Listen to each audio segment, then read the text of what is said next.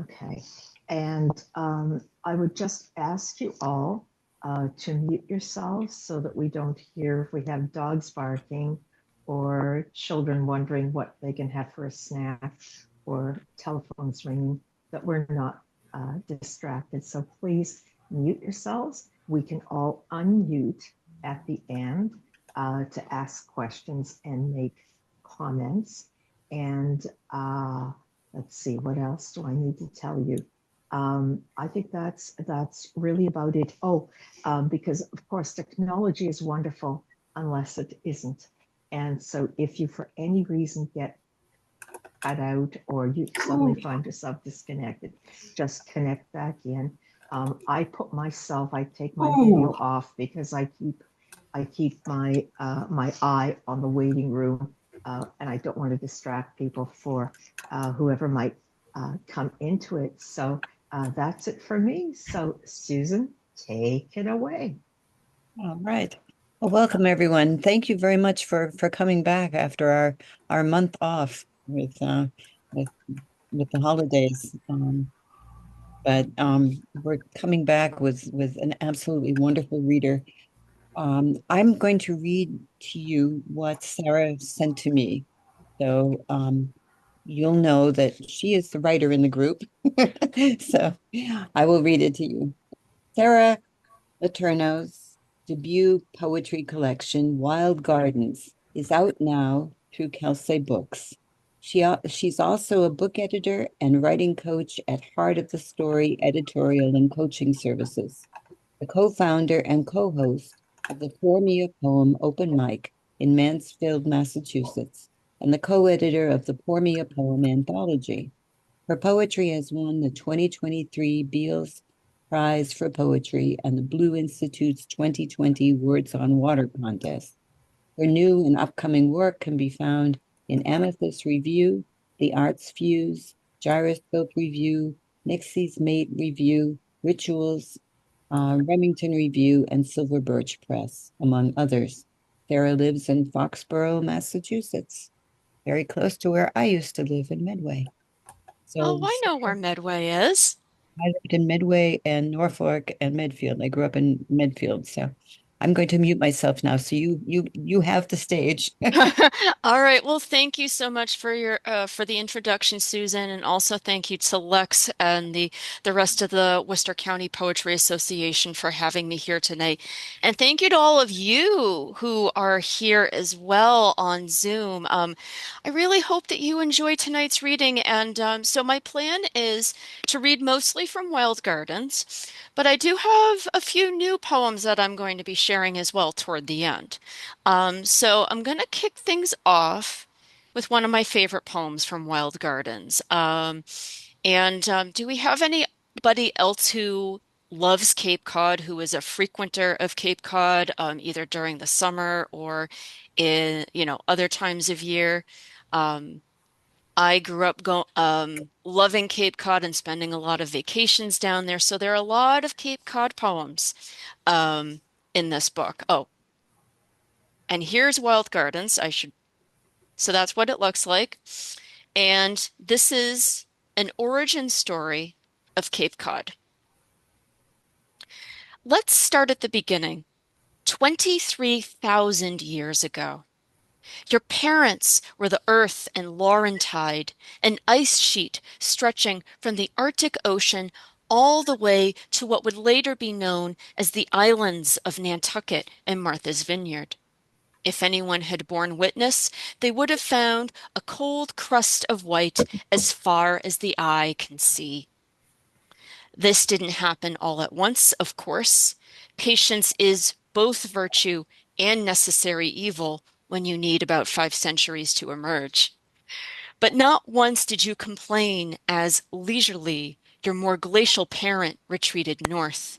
In 3 lobes, it scraped over bedrock, carving and molding you into moraines, cames, and outwash plains, as if with a sculptor's tools, but no final design in mind. In its wake, it strewed all manner of rock debris over you. miles upon miles of till, gravel, sand, and boulders, hundreds of feet thick. But you didn't mind. You liked the way the meltwater streams dressed you, how their deposits filled your deltas and expanded west, how leftover lumps of ice melted and made jewel-like kettle holes across your peninsula. You even chose to bear your relict valleys, your riverless battle scars, with pride. You couldn't fathom then that one day you would be robed in pitch pines, marshes, and cranberry bogs, or called home by piping plovers, seals, and humans. You didn't even care.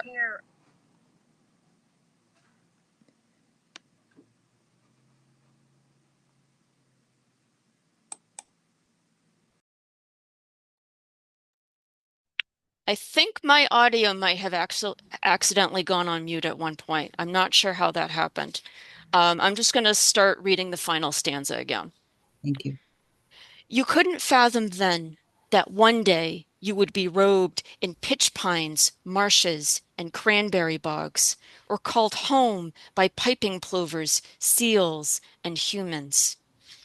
You didn't even care about your name until the Wampanoag and the Nauset called you Turtle Island, and the British colonists Cape Cod. No, that long ago, your only care was that you were born. And to be born means to exist. And to exist means boundless possibilities.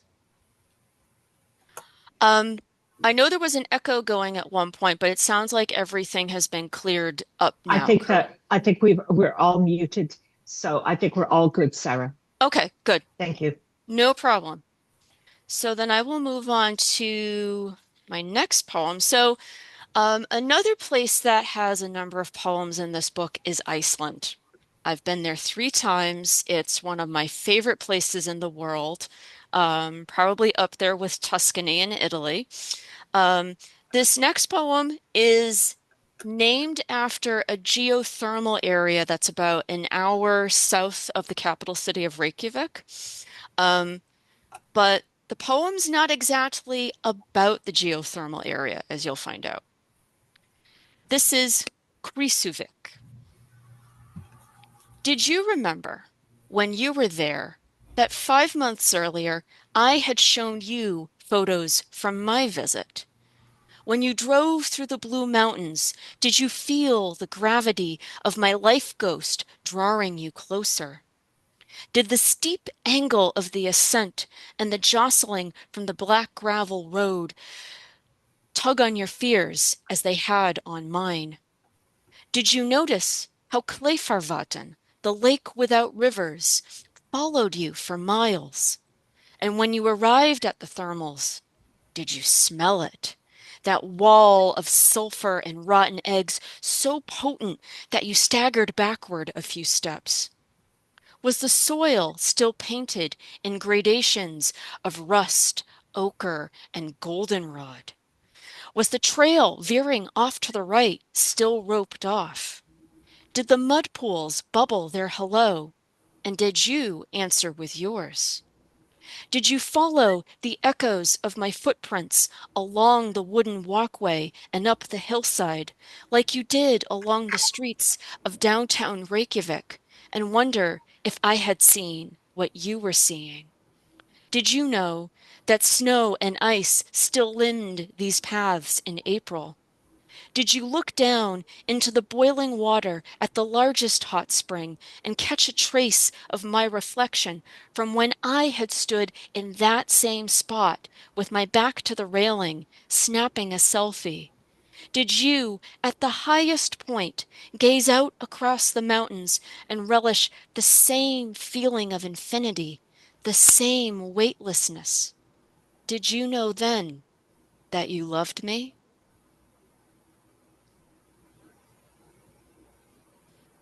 Um, I'm a big fan of adult coloring books. Um, it's been a while since I've actually colored in those, since I've dove back into one of those books, but it's such a soothing activity, and just also a really lovely way of practicing creativity. And that's sort of why I ended up writing this next poem. How to color a mandala, since one of the types of adult coloring books out there are mandala coloring books. So, how to color a mandala. Whoever said that coloring is only for children? When you open the book to the next empty mandala, you may think that you're looking at a ring of exquisite geometry, or that you must pick precisely the right colored pencil to start with. But if you're not careful, the beginning of this process may petrify you. 30-something colors, just as many areas to fill, the accuracy with which your final product should resemble a sun, a flower, any round object that's real. But in this moment, should is better off erased. So banish your mind from the table and let that quiet, confident voice speak instead. Let it tell you the name of the first color, the second color, and every one thereafter. Think of this mandala as your version of clay on a potter's wheel, something you can mold with your hands and instincts. Let the core be silver or chartreuse. Let the outermost whorls be vermilion flames streaked with gold, or ocean waves of navy capped with turquoise. Create the rules as you create, or make none at all, and stray outside the lines now and then. Be as lavender, sienna, or ultramarine as you wish. Inhale the sacred smell of your paints or crayons, and know that you are illustrating the circle of life, the most ancient circle of all. When you're done, tap the shoulder of your 7-year-old self and show them your masterpiece. Then tell your adult friends that whoever said coloring was only for children should try it for themselves.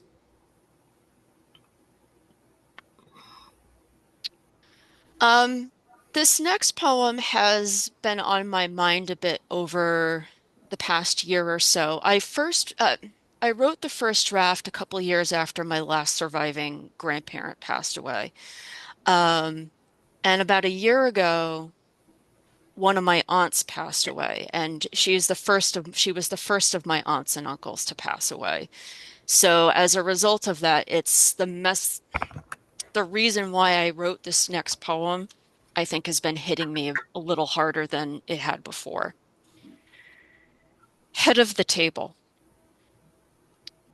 What do we do now? My mother asks, sitting where my grandmother used to sit at the kitchen table. Her siblings have joined her. Their 4 chairs, cardinal points on a newly restored compass. They think that we, the 6 grandchildren, can't hear them now that they have sent us to the living room to play Clue and watch the Red Sox. But their voices are approaching thunder to our listening hearts, which are soft and unripened, even though we have lost before, and our ages range from 16 to 30. It doesn't help that none of us are speaking. Maybe the TV play-by-play has lulled us into 9 innings of respite. Or maybe my brother and 4 cousins are still caught in the riptide of last night, just as I am. 18 hours have passed, but I could swear the words, "She's gone, she's at peace," have just left my father's mouth. And the wise little girl inside me has only begun crying and reminding him of what she already knows. There's nothing peaceful about funerals and wills and last goodbyes. There's nothing peaceful about the husk of you that's left when grief shucks you dry. There's nothing peaceful about looking out the window at a world unchanged and indifferent to this familial seismic shift. But this time, it's not death that quakes me. Cancer rarely kills by stealth anymore. This time, It's the ashfall voices in the other room and the knowledge of where their speakers sit.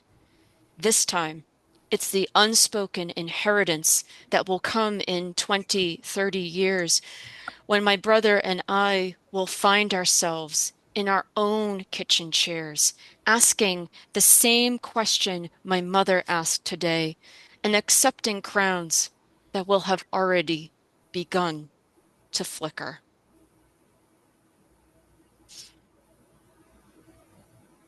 So, one of the other themes that threads its way through Wild Gardens is mental health. I've shared at other readings that I have experienced both anxiety and depression in the past, and some of those moments from the past have crept into the poems in this book, including this next one, which was also inspired by um, my preferred commute to work when I used to work in the corporate world.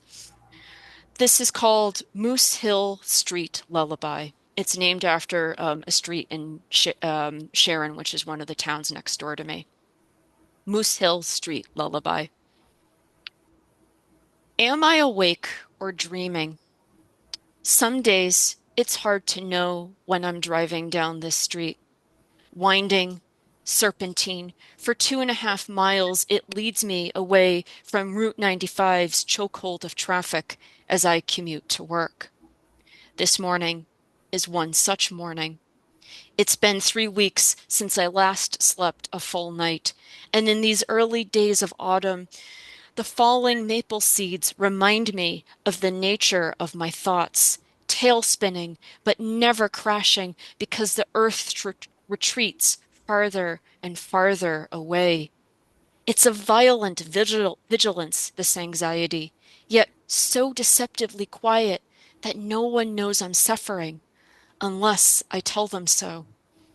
But the trees on the street, their leaves barely touched by the ochre of September, they know. So do the cows grazing in the fields, the walking paths lacing through the woods, the ivy scaling oaks and telephone poles, even the man-made things, houses new and historical, a meadow of solar panels, hissing high-tension lines. They whisper as I pass, saying, "You are safe. This is not a dream." I want so badly to linger here, to pull over the car, curl up amongst the roots or in a small cave, and hibernate until spring. Instead, I reach the end of the street, exhale the drowsy ache from my eyes, and know I'll be back tomorrow for more of this street's lullaby until I remember how to sing my own again. Hmm. This next one is called The Spider. The spider knows what she is doing when she picks the exact place where she'll spin her web. She builds her home herself using her body and the silk she creates. She needs no help, no instruction. The spider does not hurry her construction. She knows her work is painstaking, that it takes time to form what will sustain her. Her shelter, her invention, is a product of her intuition, connecting her to branches, rafters, blades of grass, and dead flowers. The spider sees in many ways. Her eyes, the sensitive hairs on her legs, the dainty plucking of strands on her web. This helps her determine whether the fibers need reinforcement, or a potential mate has come to visit, or a fly has been trapped for her next meal. The spider means no harm. If you find her in your house, invite her to stay and feed on the flies that pester and the mosquitoes that bite. If she prefers your backyard, let her live there instead. Her feet will not absorb pesticides into her bloodstream, and she will just crawl to a safer tree. Whatever you do, do not remove the spider from your world. If her kind were to vanish, other insect populations and their diseases would multiply. She cannot afford to be lost to legend, found only in the stories of the weaver Arachne, the trickster Anansi, or the Cherokee grandmother, the Lightbringer. So when you see the spider on your wall, or the frame of her web on your porch, ask yourself if it's necessary to kill her, if it's necessary to wipe clear that corner with a broom when you know she will only come back to rebuild it. So yes, there are a fair number of poems in this book having to do with the natural world. And I think if we're going to write about the natural world at this time in history, we also have to talk about the challenges that the environment is facing. And that's one of the things that this next poem does. I wrote it after a trip to Iceland in 2021, where I got to see the glacier that this poem is talking about. And it's about a 2.5, 3 hour drive north-ish from the capital city of Reykjavik. This is called Elegy for Snæfellsjökull Glacier. Snæfellsnes Peninsula, Iceland, September 2021. You will likely die before I die. I was not thinking of this when I was standing in the black gravel pull-off along Route 574, pressing the smartphone camera's button every few seconds in case the last photo was blurry.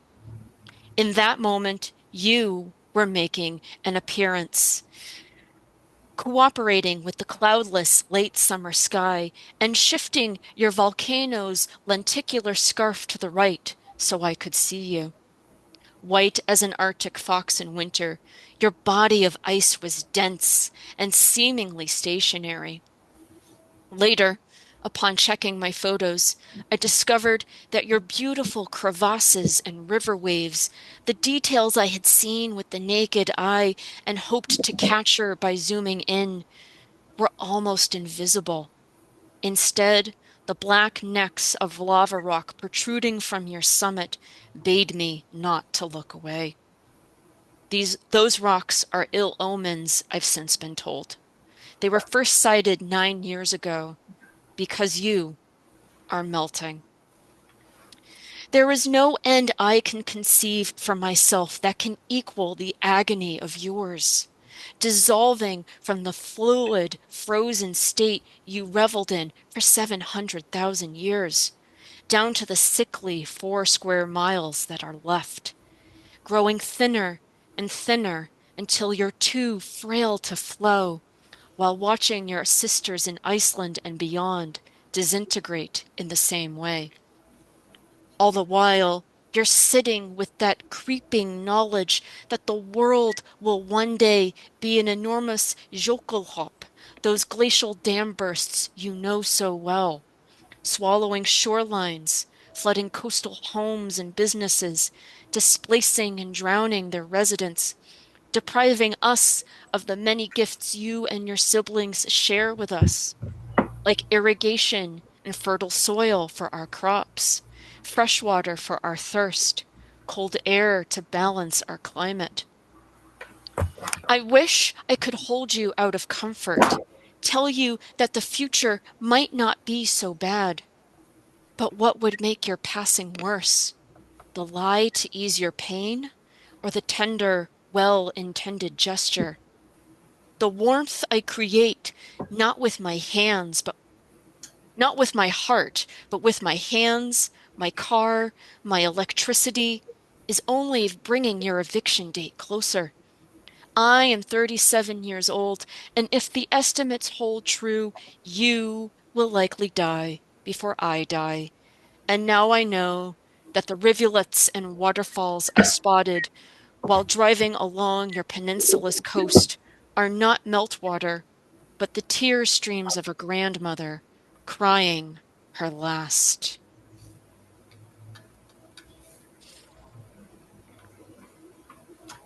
So this next poem, I wrote it, or I wrote the first draft, not too long after three tornadoes touched down in central Cape Cod. In fact, one of those tornadoes, this happened about maybe 5 or 6 summers ago. One of those tornadoes passed within a mile of my parents' house in South Yarmouth. So that was a little scary. This is a fairly long poem, but it's split into several small parts. And if you hear me pause, that's because I'm transitioning from one part to the next. Variations on a tornado on Cape Cod. Breaking news from the Channel 5 meteorologist on July 23rd, 2019. A tornado has been spotted on the ground in Yarmouth, Massachusetts. This is not Kansas, Texas, or Oklahoma. When thunderstorms race through here, the winds don't rotate. Warm and humid air doesn't collide with the cold and dry. The only alleys in town are the narrow lawns between houses, the paved gaps behind strip malls, the driving lanes in public parking lots. Here, you won't find plots of grass and fields of wheat squared by roads. This is a seaside town with dense marshes, pitch pines, black oaks, beaches of bone-colored sand, and, on any late July day, tourists. I text my mother, "Are you and Dad okay? There's a confirmed tornado on the ground in South Yarmouth. Please go to the basement or someplace safe. Text me when you can. I love you." Outside, the sky is the same green-gray as a storm-ravaged ocean. Trees waver the way kelp does underwater. A fusillade of rain, or is it hail, beats on roofs and windows. You know you should run into a closet, your cellar, some interior room, but you can't. Not when the whole world is rumbling, not when the whole world is drowning. I text my father, "Hi, Dad. Are you and Mom okay? I texted Mom but haven't heard back yet. I heard about the tornado in your town. Please reply or call me as soon as you can. Love you both." Minutes pass. No answer. Their silence thrums through me, electric and violent. The mind is now a vortex, the heart rate a tempest. The red and green pixelated whorls on the forecaster's radar are a sickening play on Christmas, and I think, I'm not ready for my first holiday without them. That evening, the gathered video footage reveals this. Trees ripped out by their roots or cleaved down the middle and contorted, limbs hyperextended, boats moored in the harbor, colliding like untethered bumper cars. The roof of a local motel peeled clean off, exposing the rooms and occupants below. A waterspout as white as fog spinning its way up Bass River. Streets near the regional high school, where some houses are victims of nature's logging, and their neighbors are barely touched. Text 10 minutes after my last text message, Mom calls me. The tremor in her voice, the exhalation in her words, "We're okay." This is what will whisper me to sleep tonight. Remarkably, no one is killed. Remarkably, no reported injuries. Things could have been much worse, some people say. We were lucky. True. But did you know that as the warmth you and I keep creating keeps transforming our world, days like these could happen again, that days like these could be much worse. A new episode of Storm Stories airs on the Weather Channel. Its first segment shows the 2014 EF4 twins of Pilger, Nebraska, siblings of ash gray that raised granaries, schools, banks, and homes. My knuckles whiten as I grasp my phone, even though 3 weeks have passed since the Cape's EF1 triplets touched down. And as the voiceover continues, I almost ask the narrator, what would you do if that were your hometown? What would you do if at one moment the whole world is exploding and then all that was left was splinters and dust?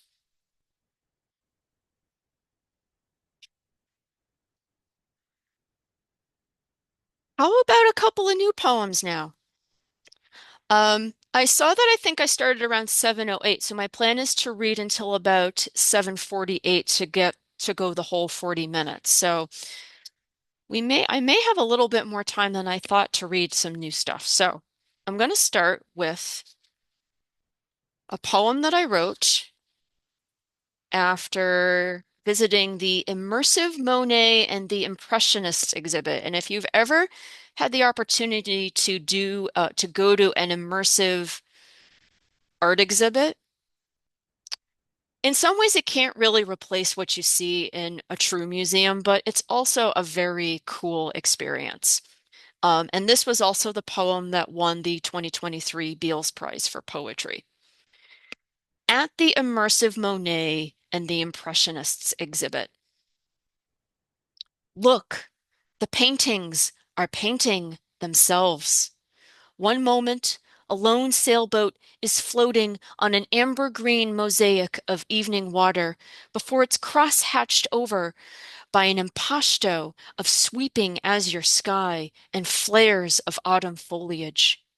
At another, hot air balloons rise into sweeps and swirls of silvering clouds, passing so closely that you see the couples riding in their baskets. Every portrait, every nude, every figure enlarged on the walls makes the rosy blush of their cheeks flush upon yours, makes the curve from neck to shoulder seem softer, too tender, makes the eyes gazing back at you penetrate deeper to your own secrets. Everywhere you turn, the indigos and purples and electric yellows of nighttime Paris bleed into the golds and terracottas and sunblighting whites of midday Venice, colors and shadows and light billowing, fusing, fissioning until you're knee deep in a pond of Monet's water lilies, or ducking as Cézanne's apples and oranges tumble from the ceiling, or standing in releve with Degas' dancers ready to rehearse to Ravel's Bolero and Adam's Giselle. And as you drift out of the exhibit, you wonder why your socks aren't soaked and why your hands don't leave prints that walk across the wall. And you ask yourself if what you saw was even real, if you would be so moved in body and senses and feeling if you were to see the real thing.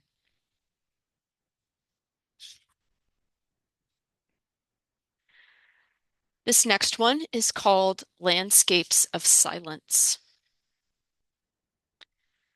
The car is too quiet as the two of you drive along Iceland's coast, thousands of miles from home. He is at the wheel, you are in the passenger seat, wishing there was music or wind from an open window, something to distract you from the swelling urge of your tears. There was no argument this morning, but he has barely spoken since you left the hotel room, where he snapped at you after you asked whether to bring granola bars for the day trip. Yes, he snapped at you, or so you believe. He has never done this before, nor has he ever yelled or sworn at anyone in the 3 years you've known him.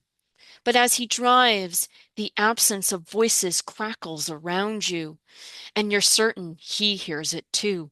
So certain that you don't ask for confirmation. So certain that you wonder what you've done wrong, and if he's pretending you're not there, and why you keep stumbling over rocks as you try to navigate this mapless land of love. It reminds you of the times when your mother, in a fit of wounded rage, would deem you responsible for her feelings and then ignore you. For days, sometimes weeks, her energy would burn you and the whole house, hot and wordless and unbearable, even when you would beg for forgiveness, even when you would tell her good morning. And so you were trained to wait for the other mouth to open first and bide your time while blaming yourself. Do you feel it, the same poisonous enmity from him? You want to say no. You want to believe he's empty of words because he's as tired from your 8 days of travels as his face suggests. But he says nothing about the lava fields and rock formations, nothing about the gray, softly raining day, not even an I love you. And so you say nothing, too. I think based on the time, I'm going to read one brand new poem, so one more of those, and then I'm going to come back to Wild Gardens to finish it up. I don't write humorous poems, but I kind of wrote this poem to poke fun at my behavior a little bit. And I think other people find it funny too, especially when I share the title with them. 40 years old and afraid of bees. I ought to be over this by now. You are as small as my thumbnail, yet when you hover near my seat at the outdoor table or your familiar hum reaches my ears, I yelp. Yes, that's right. I yelp, like a child clamoring for a nightlight or a dog who runs for cover during fireworks. And I'll do that too. Jump right out of the chair and scurry a few steps away, only for my boyfriend to laugh and remind me he's not going to hurt you. This applies not just to you, dear honeybee, but to all of your cousins as well. One unseasonably warm April, I was terrified of taking showers because wasps kept invading through the bathroom vent. Yes, that's a true story. Everyone asks me if I act this way in front of you because I'm allergic to bee or hornet stings. I don't have an answer.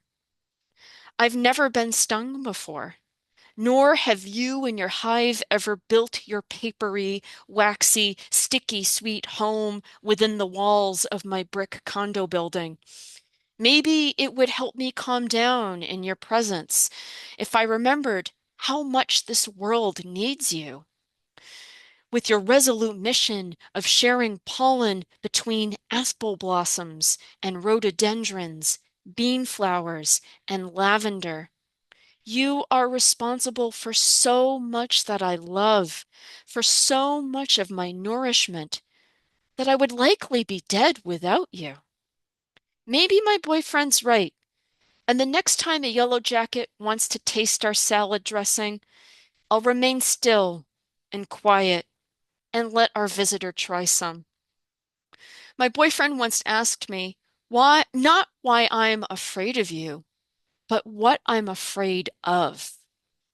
I am afraid of the pain, the itching, the swollen tongue, the loss of bodily control after being stung, all because I don't know if I need to carry an EpiPen at all times in the summer. I am afraid of what I do not know.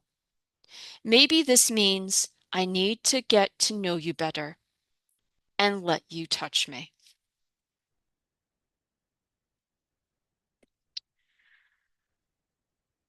So the last poem, so I'm going to come back to Wild Gardens for the last poem, and it's the title poem.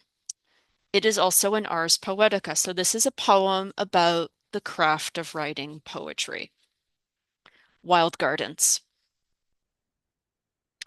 I hold ideas for poems like seeds in my hand, and there are thousands of them, waiting for the brush of the breeze, their invitation to come out and play.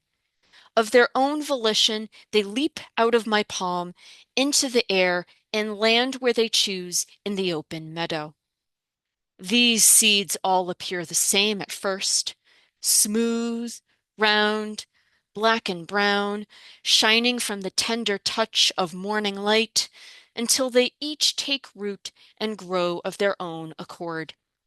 Each one knows the shape it desires. An ocean of moss and ferns, a tree with a thundercloud canopy, a shrub resembling a beehive, or a burst of daylilies. And I've learned that none of them take kindly to premature guidance from pruning shears and shovels. Instead, I let each garden become a wilderness until it tells me the time has come. Softer than birdsong, louder than a chorus, each one will whisper in my ear how it wishes to be sculpted, how it wants to be watered and fed. And while I am the caretaker of these gardens, I am not the only gardener, because they all nourish me as I nurture them, speaking to me in petals, pine needles, and exhalations as they guide me through each step of their maturation process and teach me how I too can grow. Oh, thank you all again so much for coming tonight. Before I take any questions or respond to any comments, I would like to put into the chat box purchasing links for Wild Gardens. Um, so let me just grab that information very quickly. I've copied it. I'm going into the chat box now.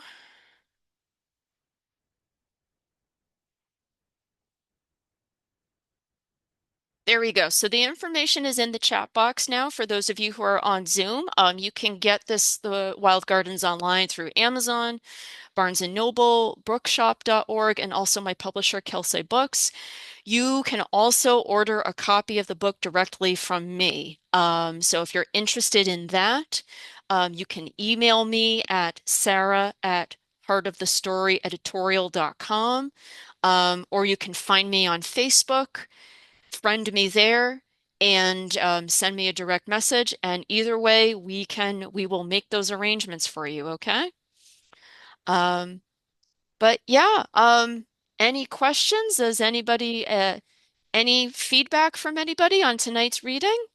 Sarah, that was wonderful. I now invite everybody to unmute yourselves and to make any comments or ask any questions of Sarah. And I'll keep the channel open for the next few minutes in order for everybody to do that. I have a question. Yes, go ahead. So I know that you've done a lot of readings for your poetry book, and I was curious, which poems do you find you get the most reaction, or have you enjoyed most giving in your readings that you've done since you've launched? So it's different because partly because I try to shake things up from one reading to the next so that I'm not reading the same poems all the time. Um, but people who have been to Cape Cod have had a lot to say, have had some nice things to say about the Cape Cod poems that I've read. There are also a couple poems in the book that I did not read tonight that have had some that have had some really lovely reactions to. There's one called um, Flowers at a Funeral, which I wrote after attending the funeral of a close friend's father, and my friend had not yet turned 30 years old at that point. And um, another one is a poem called In the Bath, which is literally a poem about the speaker being in a bath and sort of exploring the idea of growing to love one's body when you haven't really looked at it from a positive perspective in the past. Um, and that's, there are probably some other ones, and those are just not coming to me. So, but it's been a pretty wide variety, but those are just a couple examples that I remember. Sarah, I would like Yeah. to invite you to my house. I'm a beekeeper. And Oh boy. come see me in the spring, and we won't get too close. I have extra veils if you decide to be brave. Um, but you need to get over that fear because they're wonderful. Yes. So if you happen to be around Princeton sometime, or we'll make arrangements, just come over and I'm home. So just stop by and we'll get buzzed. There's a poem in that. There's a poem in that somewhere, and it's not necessarily 40 years old and afraid of bees part two, but that would be, oh, that would actually be really cool. I will have to keep that in mind. Whereabouts in Worcester County is Princeton? Just out of curiosity. 12 miles north of Worcester. Okay. Um, and it's where Wachusett Mountain is. Okay. So if you head for Wachusett Mountain, that's actually they only go through Princeton to get to Wachusett Mountain. It's Hmm. actually Westminster, but it's the next town. Gotcha. No, I'm gonna keep that in mind. I'm serious about that too. Thank you for the invitation.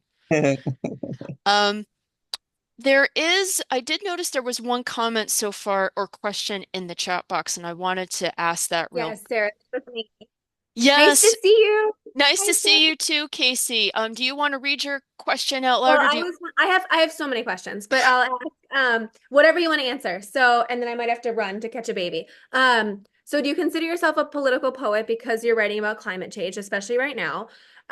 Who are your most like influential writers who have swirled into your ideas and visions? That's yes, Miss Sarah.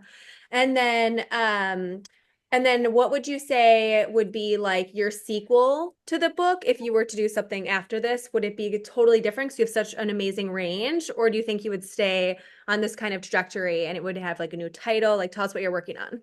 Okay. Hopefully, I'll remember what each of the. I know there were three questions, and hopefully, I remember what each one was. So, because I write about climate change, do I consider myself a political poet? Um, I'm going to be perfectly honest and say that just in the environment that we are all in now, all poetry is political to a degree. Because it's funny because I was reading a poem the other night in an open mic in Weymouth that had to do with the axolotl, which is an amphibian from a Mexican out of Mexico that is known for its regenerative abilities and how it's often being used in scientific research um, for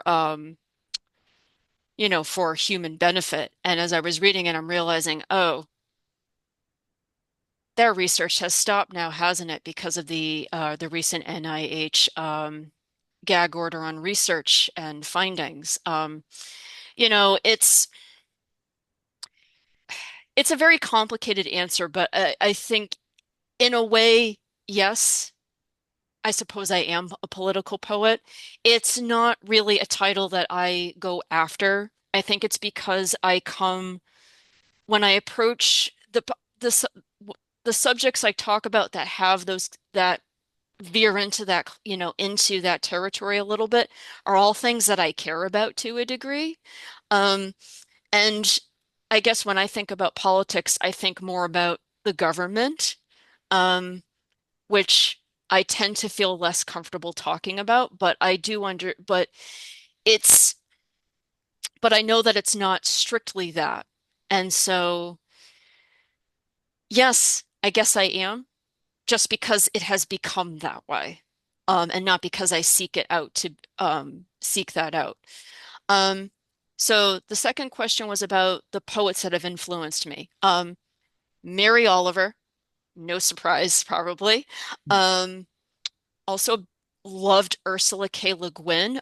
Yes, I don't, probably some people probably know her more for her science fiction and fantasy writing, but she was a prolific poet as well. And I would, if you enjoyed her prose, I would highly encourage that you go check out some of her poetry books as well. In terms of more contemporary poets, I am very heavily influenced by Amy Nizuka Matathil, who also writes a lot of environmental poetry. Ada Limon, our current U.S. Poet Laureate, who also writes a lot of nature poetry. Um, Camille T. Dungy falls into the same category. And there was one other one that I was just thinking of, and that has escaped me. Oh, Jennifer K. Sweeney, who's not a nature poet, but I love her use of language and wordplay. And one of her the first book I ever read of hers is probably one of my favorite poetry books of all time. The last question is, what am I working on now? Yes, Sarah, can you repeat that poet one more time? The last one you said? yeah, Jennifer K. Sweeney. Um, the book that I was referring to, it's called How to Live on Bread and Music. Which is yeah, which is another book poetry book I highly recommend. Um, as for what's coming next, I have a lot of material for a second manuscript already. So it's I still have to write some more and and hoping to get some more pieces published as well, but I'm probably oh, what did my boyfriend say the last time? He keeps track of all of my poems in an Excel spreadsheet.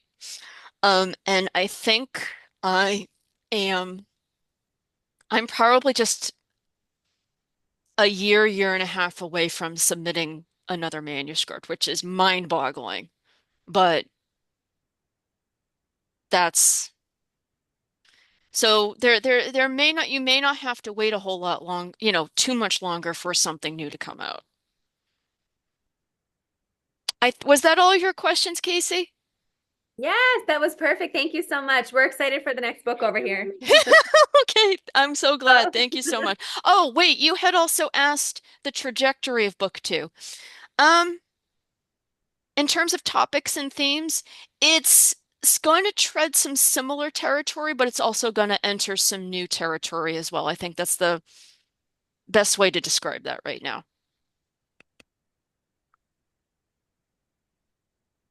Anybody else?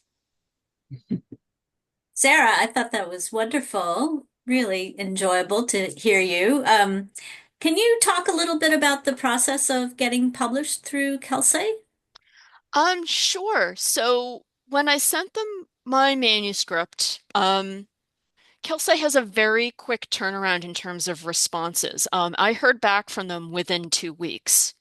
Um, and From there, it was it was a fairly straightforward process in some ways. Kelsey doesn't do a lot of editorial feedback. They may do some proofreading, but the most of the work is up to you to catch that.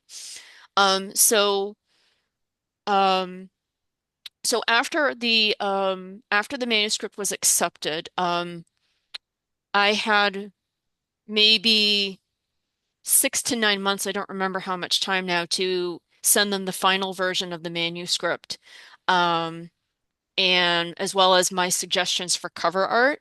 And so um, I shouldn't, I don't want to, I was going to say complete freedom, but basically I could tell them whatever I wanted to in terms of my input, and they were going to do the best they could to replicate that. And actually, what you see for the cover now is exactly what I told them, and exactly the picture that I wanted to use as well. And they also asked that I gather blurbs from 3 poets to share, that would go on the back cover. Um, and from there, it was a process of them putting together the digital proof, and then me reviewing that, both the cover and all the poems on the inside. And then once I was all set with that, it was a matter of getting the print proof because I wanted to see a print copy before it went on sale. And then from the time I was okay with the print proof, it was probably less than 2 weeks after that the book came out. So it was a very quick process, um, but also easy, very easy and straightforward. Like they made the process relatively simple, and that was something that other Kelsey poets had told me about before, as I was getting ready to publish the book. Does that answer your question, Claire? Yes, it does. Very well. Thank you so much. I You're was so welcome. curious. That's great. Good You're luck with your welcome. next book, too. Thank you. Thank you. Do we have any more questions or comments? Sarah, I just wanted to say congratulations on your book, and that was a great reading. Oh, hi, BG. I was hoping that you or Candace would come tonight because I was going to be reading the Beals Prize poem. Well, I remember it well. Yes, no. BG was one of the judges that year, and so awesome. No, I'm very glad you came tonight. It was good to see you. It was wonderful hearing your new book. So Oh, I'll thank you. have Thank to get you. a copy. So Yes. okay. Anyway, good luck. Thank you so much. Well, Sarah, that was a wonderful reading. Oh, thank you, Tom. Nice to see you too. Yeah, I'm from snowy North Syracuse right now. Yeah, no, I bet it must be cold and snowy up there right Been now. nasty up Yes. here the whole month of January. But this is an inspiration. Oh, thank you Really so love your book. much. And good luck on the next one too. I'm looking forward to it. Thank you. Thank you. Yeah, it was really great. Hey. Yeah. Well, Anybody else all on my want stuff to, too. Yeah. anybody else want to ask a question or make a comment? I just want to thank you, Sarah, for agreeing to read, and I was very happy that you did. Your work is wonderful. Oh, thank you so much, Susan. It's been so much fun tonight, and I'm glad that the poems are resonating with people who are here tonight and that they enjoyed it as well. I will leave the channel open for the next couple of minutes for us all to say our good nights and our final thoughts. And Sarah, thank you so much. Thank you so much, Lex. Great reading. We really enjoyed it. Really was. Oh, thank you so much, Susan. Thank you. Keep being political. Really. I think the real thing is just to keep being ourselves. Yeah, don't lose that. That's Yeah, I find it personally easier to latch on to that idea as opposed to latching on to being, keep being political. Whatever I you think want to again, call it. I think it's just the connotations that the word political brings up for me, but keep being ourselves. I think Human. that's really that's gonna be that's the key right now, and it's going to be for The foreseeable future. the foreseeable future. Yes. Hmm. Take care. Thank you. You too, Claire. Thanks for thanks for the reading. You're welcome. Have a good night. Yeah. Yeah, thanks for the great reading. It was wonderful. Thank you, Tom.